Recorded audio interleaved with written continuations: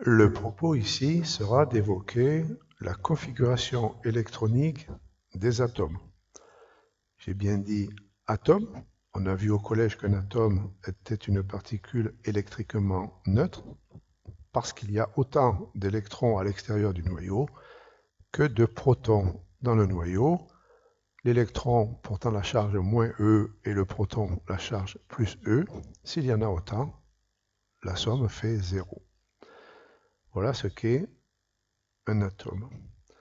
Alors, ici, vous avez les trois premières lignes d'un tableau avec des éléments dessus. Et nous allons voir comment sont rangés. En quelque sorte, c'est ça l'idée.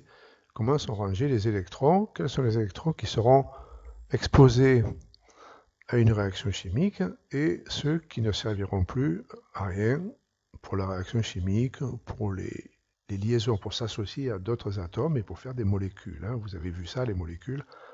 En troisième, on en reparlera. Alors, pour savoir déjà combien il y a d'électrons, c'est bien de savoir combien il y a de protons. Et ça, c'est écrit dans le tableau. Il faut savoir lire le tableau, c'est ce que je suis en train de faire avec vous. La lettre A, c'est le nombre de masses. Je vous en parlerai quand on parlera des isotopes. Pas aujourd'hui. On n'est pas obligé de faire tout en même temps. On n'est pas pressé. On parlera de la lettre A en seconde, c'est au programme, mais pas dans cette vidéo, dans une autre sur les isotopes. Ici, je vais vous parler essentiellement de Z, qui est le nombre de charges ou numéro atomique. En fait, c'est le nombre de protons. Puisqu'il s'agit d'un atome, le nombre de protons, c'est aussi le nombre d'électrons. Exemple.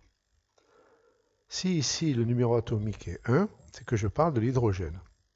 C'est ce nombre-là, qui est un chiffre ici, qui correspond au nom de l'élément. L'élément hydrogène, Z égale 1. Z égale 1, c'est l'hydrogène. Z égale 2, c'est l'hélium. Z égale 9, c'est le fluor. Le numéro qui est là et celui-là, ils vont ensemble. Ils marchent ensemble. Pas lui. C'est pour ça que j'insiste avec un ton un petit peu solennel. Ça, on en parlera après. Vous verrez que pour l'oxygène, par exemple, le 8 est obligatoire. Si vous dites oxygène, vous dites numéro atomique, nombre de protons 8. Ça, c'est obligatoire. En revanche, il y a des oxygènes qui ne sont pas forcément 16 en nombre de masse, c'est-à-dire en nombre de nucléons, protons et neutrons ensemble. Voilà. Eh bien, parce que le nombre de neutrons, il peut varier d'un isotope à l'autre, mais je l'ai dit, nous en parlerons quand nous parlerons des isotopes. Revenons à nos numéros atomiques. Alors, comment il est rangé? Il est tout seul, donc on n'a pas besoin de le ranger. Il est sur la première couche qu'on appelle la couche K, et on n'a pas besoin de le ranger. On le représente ici avec cette représentation de Lewis par un point à côté du symbole de l'élément. Le suivant, c'est le numéro 2, j'ai envie de dire, numéro atomique 2. Il est représenté par une barre, là, c'est un duet, pour dire que ces deux électrons-là, ils ne serviront à rien, parce que cette couche électronique-là, elle est saturée. Alors, oui, mais monsieur, comment on fait pour savoir? Eh bien, parce qu'ici, je vais aller à la ligne. Là, j'ai fait H, là, j'ai hélium, et là, après, je vais aller à la ligne. Parce que ce tableau-là, il est rangé. On appelle ça le tableau périodique. Donc si c'est un tableau périodique, c'est que la première période ici, elle est terminée, et on passe ensuite à la deuxième ici, et après on passera à la troisième.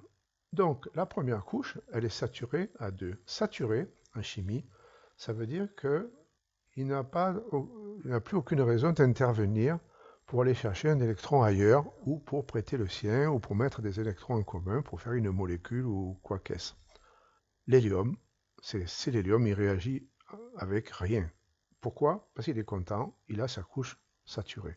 C'est tout ce qu'il veut. C'est la règle du duet ou de l'octet. Ici, vous voyez qu'il y en a 8, donc ici, ça sera saturé à 8.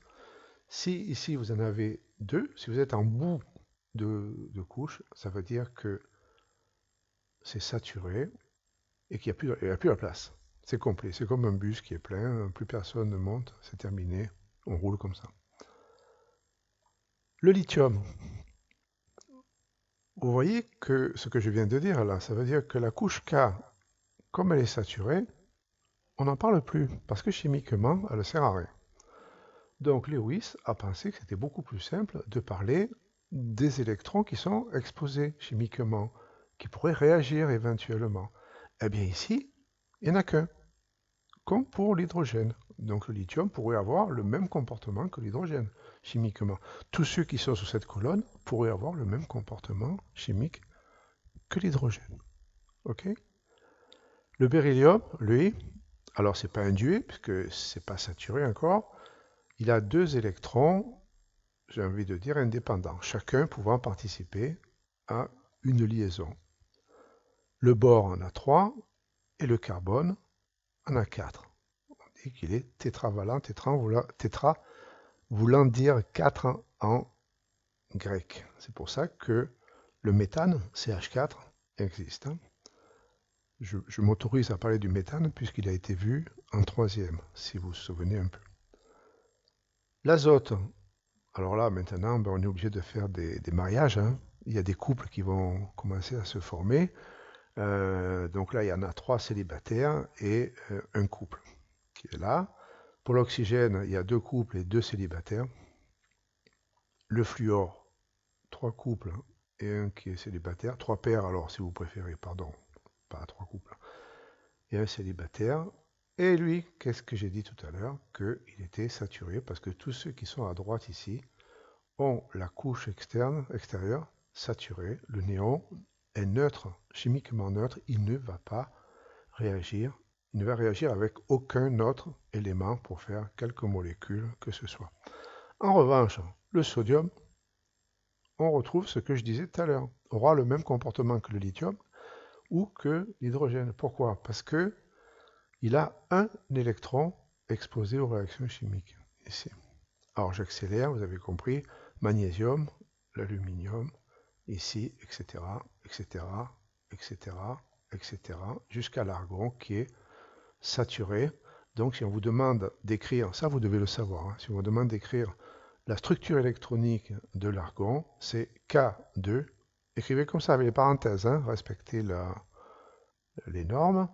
C'est la couche K comporte 2 électrons, la couche L en comporte 8, donc elle est saturée, et la couche M comporte 8 électrons, elle est saturée. L'argon est un gaz inerte, il ne réagira pas.